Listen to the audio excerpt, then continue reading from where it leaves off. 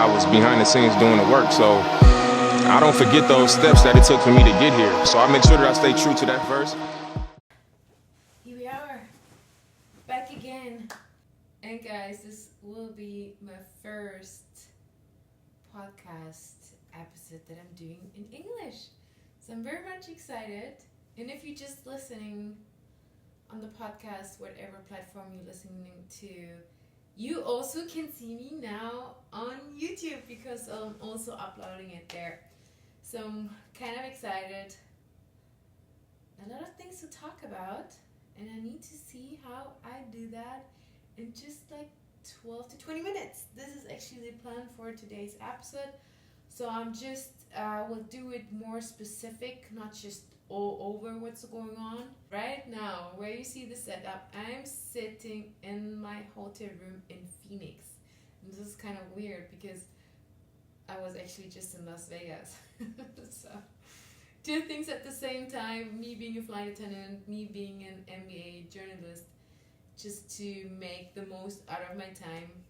So I flew in like Monday to Phoenix to be there as a flight attendant, and then we had some days off, so I took a rental car driving to Vegas to the SummerLeague. And guys, I was just covering 2 days, but these 2 days were packed, and I was blessed because I saw so many of these young rookies just performing on a high level, and got, just some impressions to see what we actually have out there for next season. So I took the rental car in the morning. No, I actually got it like right after the flight, but then I just took some hours of sleep, and then I took off, early in the morning. I think like 6. No, there was early. It was like 5:30. And this was great because, guys, I had the opportunity. So this was actually how everything started. Like, this was a big blessing. I was asked from the Brooklyn Nets media team. They're doing like a documentary about Dennis Schröder, and so I got asked like to talk on that. So this was crazy. So I had to rush to be on time at the appointment we made in the Wynn Hotel. So I was like really like driving 4 hours 45 non-stop, not taking any break, and I made it on time, just right like exactly on time. And yeah, so this was already like a big blessing to be able to talk about one of the greatest German players we have there right now, and in the NBA, and also when it comes to talking about the German national team. So this was a big blessing. So after that, I just picked up my credentials and went right to the Thomas Mark Arena, where the SummerLeague was hosted. And oh my god, like 2 courts in one building, and you have to decide on which game you want to watch first, because they're just at the same time. I was watching, it was cool because you just talk to one of the guys who's at the team with the Brooklyn Nets and just talk about what's coming up next for Dennis, and then watching the Brooklyn Nets, how the young guys are performing. So this was really cool. And also what is coming up next, guys, I talk already about that. I hope I get it done like the next 2 weeks, hopefully. We'll see, maybe it takes a little longer, but 100% before the season starts. I had the chance to talk to Jermaine Buckner. Some of you maybe know him. He is like the legend in Trier, because his jersey even is retired there. He played there for so many years and became assistant coach, then head coach.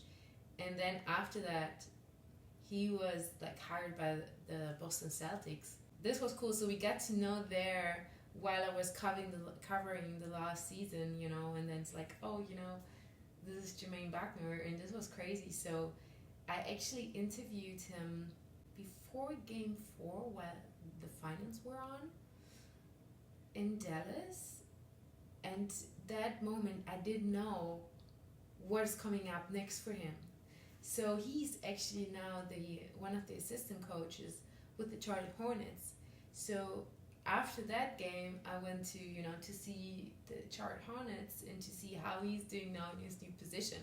And this was great because this will be such a nice follow-up on my story on the interview that I did, and I will publish that soon. I will let you know, and you need to read that. It's such an impressive journey of his, like the journey that he took. It's so inspiring. He's actually Canadian. He played also for the Canadian national team, and where he's like right now in this position to be assistant coach from the Charlotte Hornets. It's just so cool. But you can read all the details about that when I publish the interview. And so, but of course for me, like, to see the Knicks, to see Orlando Magic, we again have with the first round pick, we have Tristan with the Orlando Magic as in the next German, guy in the NBA. And then also the Knicks have now Ariel, who is also, like, even though he was second round pick, he was just doing amazing these days when I was there. So I saw actually 2 games of his with the Knicks. I really do hope he gets a chance to get some minutes in the NBA, even though he was a second round pick. But of course also Tristan. It's so cool to see right now how Oscar's getting his chance to play for the German national team, and now his younger brother Tristan is getting drafted, playing with the Orlando Magic. Three Germans now in Orlando. This is so insane, and I had a chance to talk to both of them. Just so great guys, and I'm so excited, and I definitely will cover next season some games of them, because it just makes me so happy to see that we at the end have like 8 German players in the NBA. I mean, how crazy is that? Makes me so, kind of hoping that NBA is in basketball overall in Germany is just growing. First day I didn't saw Tristan, I just saw Ariel. And then the second day was actually the first time when I saw Tristan. Also the next game from the Knicks. And also seeing the Lakers playing, which I was so excited about, because what's all going on out there with the talking about Bronny. And I'm kind of on this side that I think you should not forget that it's not even a year ago this guy had a heart attack. Like, his heart wasn't beating for some seconds, and still to recover from that, and still I think there's also, when it comes to the mental part, so hard to trust your heart again, your body again, actually, that when you go all in, like, is my heart like functioning now properly? I think there's still like so much fear that is going on in your head, and to kind of let go of that, then come back and to be in the condition to be 30 minutes on the court, and this just takes some time to be back in shape and all that. So, and I also think this is so hard, like, when it comes to the mental part, by just all the talking, and people just want to see you have this 2 sides. The one side wants to see you fail, and the other side just wants to see go off like crazy, and then everyone is just reporting about whatever you do. And I don't know, I feel sorry. Like, I think this is so tough, like, to deal with that. And for me, I think it's kind of for sure that you just can't get out there and just to be like crazy good. Find your spot, try things out. And I have to say, I'm honest, I'm also a little bit confused that we never like really see him serving the ball, that he never really tries to play point guard. But the few moments that we saw, he just got stripped the ball just way too quickly. I don't know, but many say that he maybe needs to work more on his ball handling. Somehow I can't really like believe that this guy shouldn't have like proper handles. Maybe it's also about, in that moment, still being too excited about being too nervous about what's going on. So definitely I think we should be a little bit more patient with him. And I was so excited to see that game, and I was And it's so funny because some of my media friends were sitting next to me, and I called it. I said, like, I think Bronny's going to have a breakout game and the Lakers will win. And it's just what happened. I was like, but I have to say, I also called like he will do like 3 threes. He just did like 2, but he scored the 12 points, so I'm happy with that.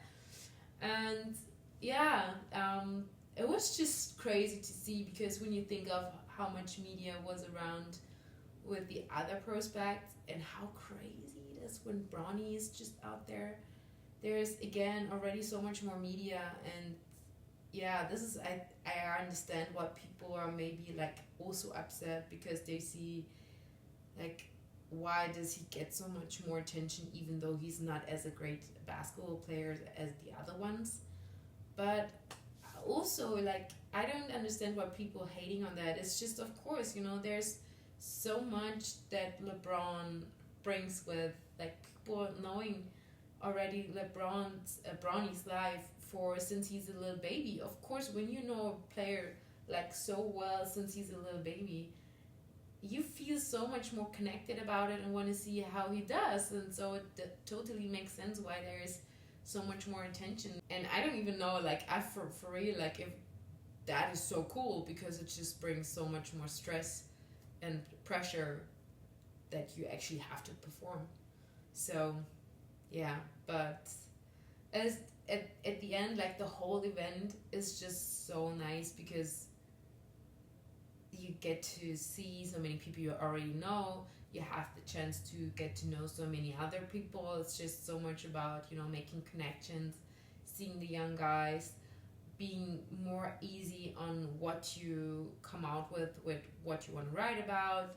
And so definitely I won't miss the next year's Summer League. So I was kind of upset that I wasn't already there like last year's, but there we go, my first Summer League in the books.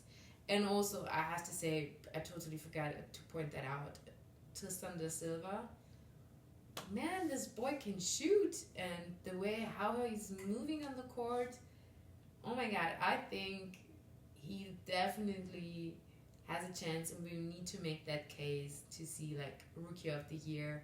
I just call that just out there, like, right now. I go with Tristan. If he's developing the way what you actually see, what he brings out on the court, yeah, we need to talk about that for sure. And yeah, also Connect. I really like this guy. Unfortunately, I couldn't see him play because he rested that game. I mean, he showed already off what he's capable of. So unfortunately, I didn't saw him playing. But the cool thing was I had great seats, so I was like very close to the bench from the Lakers, and just to see how the connection was between him and Bronny. And yeah, I definitely think when we look now towards the Lakers to see what they're actually capable of to bring in for next season, it's a lot about, think of how Rui and Austin Reeves like ended their season before the year, like the last season. There was so much potential that we were thinking of, okay, when they even have like a breakout year, and they will grow in their role and all that. So we didn't really saw that happening last season. So I still kind of hope that this is the upcoming season, and then we have a healthy AD, we have a healthy LeBron.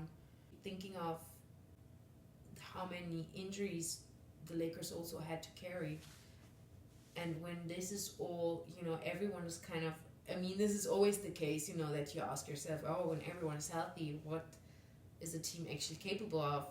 And yes, mostly this is not what is happening, but maybe if there are, it would be interesting to see what the Lakers still are capable of then. Because when Connect can be right away an impact on the team and bring his 3-point shooting, I don't know why we always kind of hoping that the Lakers are doing well.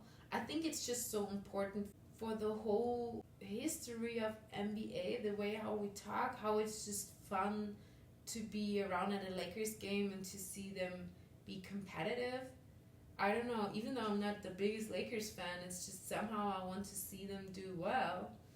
And yeah, and I'm very excited for you guys if we see Bronny at the first Lakers home game when the season kicks off. I'm so excited about that. Because everyone's like, oh yeah, he's a G League player. Yeah, I definitely see that, but I know also how everyone wants to see that happening somehow. Oh, I didn't finish that. Yeah, for sure. So I drove all the way with the car to Phoenix. To Las Vegas. Was the 2 days at the SummerLeague, and then yesterday at day 2, after the Lakers game, I was going back on the road. Drove again 4 hours 45 non-stop, and I arrived like 2:30 at my hotel here in Phoenix. And now this is the sad story with all that, because in 2 days is the All-Star game from the WNBA. Just like 500 meters is the arena, like located from this hotel. And I can't be there because I have to fly back on duty as a flight attendant. Oh my god, I'm so sad. But yeah, that's how it is. But the funny part is, like, when I'm downstairs, in the lobby, like, you see there. So I don't know if, like, with some of the girls, I'm not that much into it to know if they're on a roster or not. But it kind of looks like that some of the players are in this hotel. But I got told by a friend that also, like, all the coaches and stuff around the league are in this hotel. So it's kind of funny to kind of see what's going on. But then unfortunately I have to leave in like 3 hours. So yeah, so this was up the last 3 days, and this was wild. Again, like one of my trips where I just feel like, oh my god, my life is so weird. And I love it because this is just so much me that I can't do like plans for what's coming up in the month, because it's always just popping up some opportunities that you couldn't think of, and then I just make a crazy plan, and it's like, okay, let's do this and let's try to combine it like that, and I'm ending up flying to Phoenix and then going with the car to Vegas. And for what's up next, I'm actually flying to Scotland. I'm on vacation there, even though it's not really a vacation. I will tell you about that, what's going on there, in the next episode. And I think it will be then out of Scotland. So yeah, I would say this was a wrap. It's my first episode in English, and I have no clue how this sounds like afterwards. Normally I wouldn't like listen to my podcast what was going on, but maybe this time. So I'm sorry to all my friends out of the States if something is like totally wrong what I said in like grammars or whatever. So forgive me. I try my best, and the next episode will be then in German. And I would say, I wish you a beautiful day.